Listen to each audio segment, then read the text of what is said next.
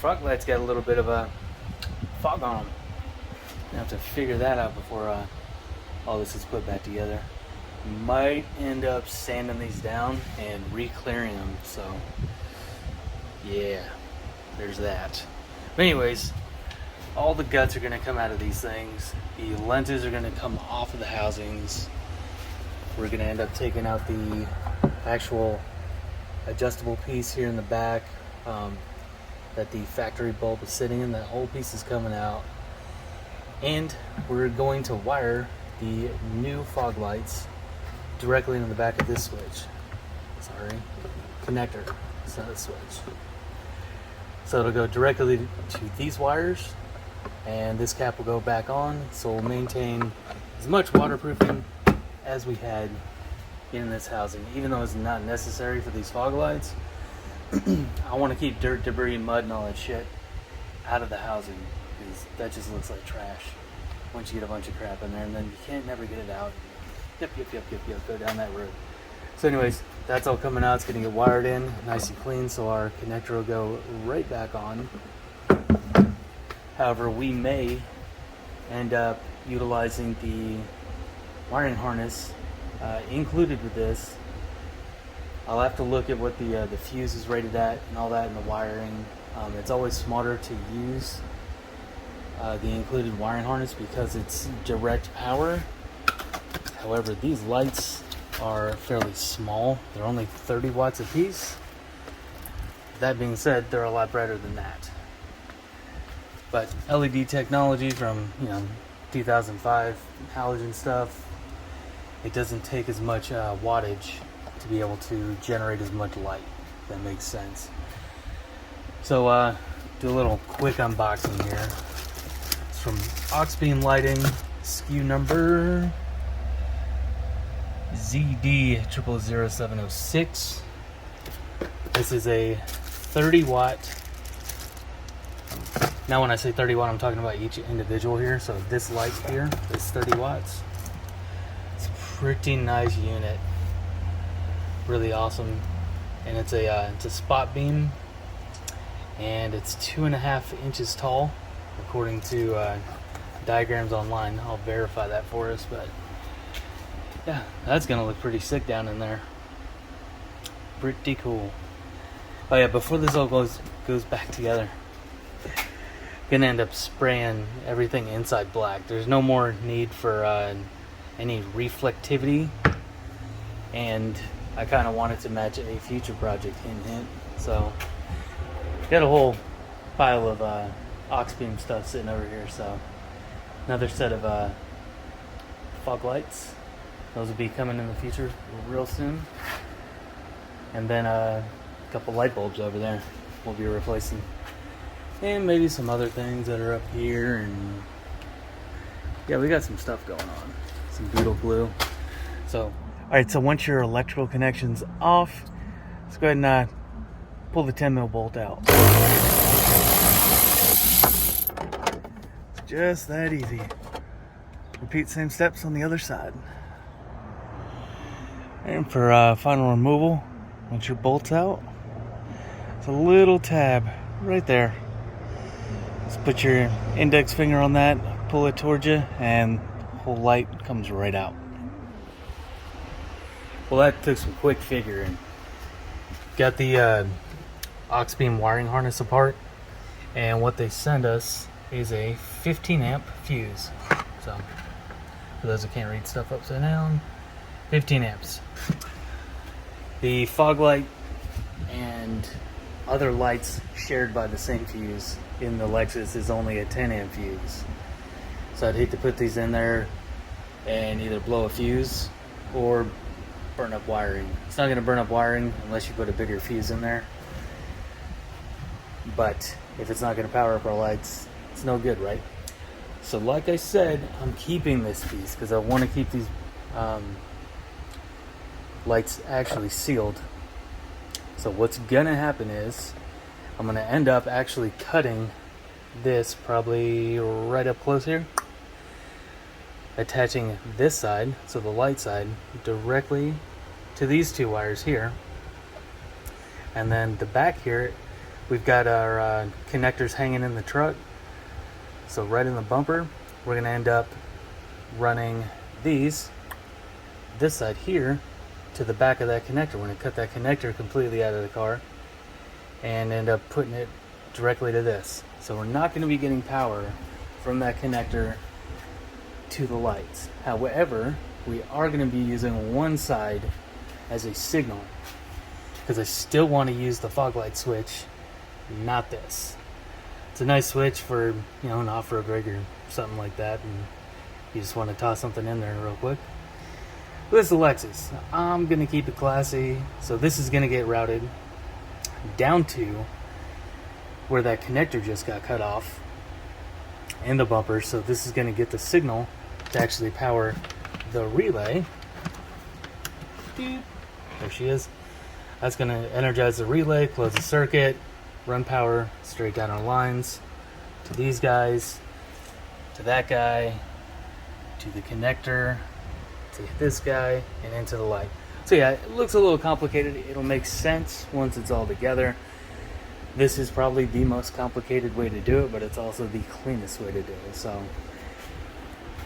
can't be clean and easy at the same time. Alright, so we got our little plugs pulled out, simple removal.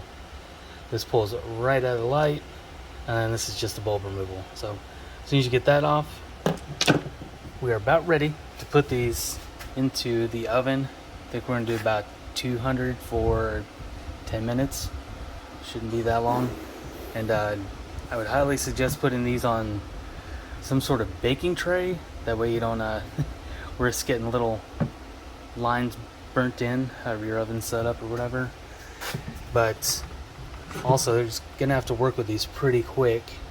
And we've also got 4 tabs, 1, 2, 3, 4, that we're gonna have to, you know, kind of pry up a little bit in order to pull this lens out of the housing. So it looks like 200 degrees for 10 minutes was just right. Didn't end up melting anything that did need to get melted. I put a set of headlights in the oven once and completely melted a mounting tab that was on the old Mercedes. Anyways, yeah, putting, you know, fixtures into the oven is kind of a risky process, but it all worked out. So this one, you can see I've already got the bulb, like whole adjustment thing out. This guy comes out super easy. It's just this adjustment screw. What you do is just loosen it all the way, keep going with it. It's an adjustment screw, so eventually it'll just pop out.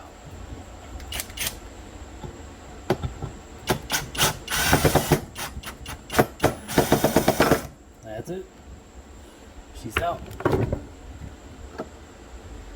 So we're gonna leave the that screw or the bolt. Leave that in there just to maintain the watertight. Yeah, that's what it looks like as soon as you take it out. These really aren't any good to us no more, so in the trash they go. Then we're moving on to step 2, which is getting our Auxbeam light mounted in there. When I looked at this online, measurement from top of here to the bottom of the mounting bracket was 2.5 inches. It's not, it's 3.